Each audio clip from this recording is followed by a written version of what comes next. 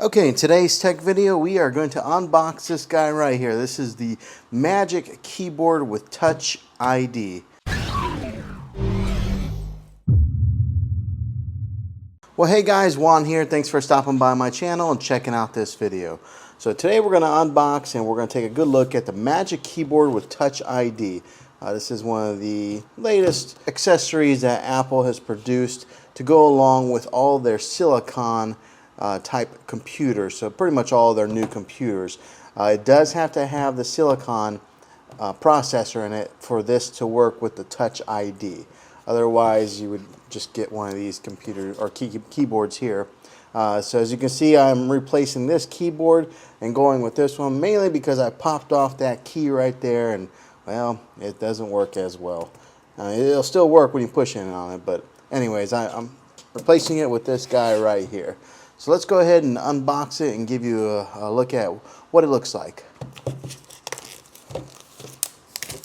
Okay, once you get everything out of the box, this is what it comes with here. You got your lightning cable to charge up your keyboard, and it does have the lightning cable on one end. On the other end, it is USB-C on the keyboard itself. Alright, this is what it looks like.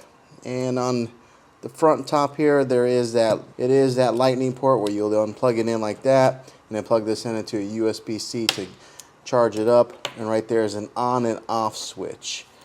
Right here is your Touch ID on the top right corner. But let me go ahead and give you guys a measurement of what this thing measures out to. A lot of people who do unboxing videos don't do this, so I'm always interested in seeing how much space things take up. So when you take a tape measure to it, it looks like it's exactly 11 inches wide on the top to bottom, 4.5 inches there. So that's how much footprint it takes on your desk. Comes with a little booklet here.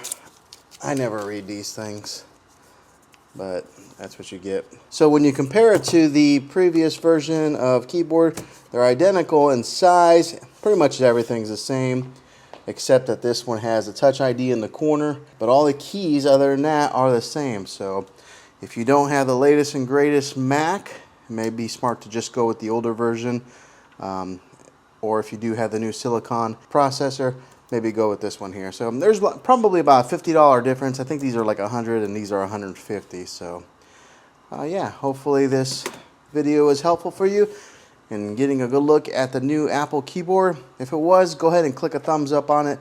Go ahead and subscribe to my channel. I make tech videos all the time, and I'd love to have you back in the next one. Take care.